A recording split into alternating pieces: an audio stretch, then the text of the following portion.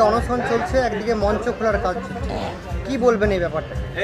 দেখুন, মাননীয়া ভয় পেয়েছে, আন্দোলনকে ভয় পেয়েছে মাননীয়া, তাই তো মাননীয়া বলেছেন আমি রেড রোডে বসতে পারি না। আর ওনারা কি করে 1 বছরের ওপর ধরে বসে আছে, কলকাতা পুলিশকে দিয়ে, ময়দান থানাকে দিয়ে সেনাবাহিনীর কাছে চাপ সৃষ্টি করেছে। যতই চাপ সৃষ্টি করুন মাননীয়া, আমরা বুঝতে পেরেছি যে আপনার সময় ঘনিয়ে এসেছে, কিন্তু মনে রাখবেন সংগ্রামী যৌথ মঞ্চ 1 বছরের বেশি ধরে আন্দোলন করছে। আপনাকে ছেড়ে কথা বলবো না।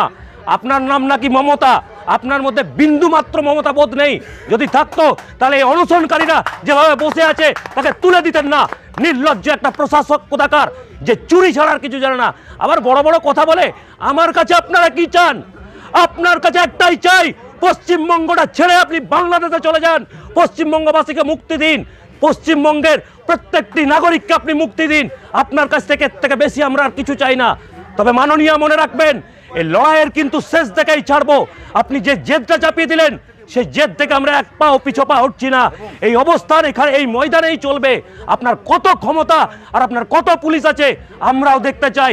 এই মঞ্চে আমরা অবস্থান চালিয়ে যাব, মাথার উপরে শেড না থাকুক। আমরা সরকারি কর্মচারীরা যে লড়াইটা শুরু করেছি, আমরা খোলা আকাশের নিচে সেই লড়াইটা দিয়ে যাব। কিন্তু মনে রাখবেন, আপনার শেষ দেখেই ছাড়বো। প্রত্যেকটা পদে দুর্নীতির মুখোশ খুলেছি, আরও দুর্নীতির মুখোশ খুলে আপনাকে কি অবস্থা করব সেটা আপনি বুঝতে থাকুন, আপনি অপেক্ষা করুন। আপনি নিশ্চিত থাকুন, এই লড়াইয়ে সংগ্রামী যৌথ মঞ্চ জিতেই উঠবে।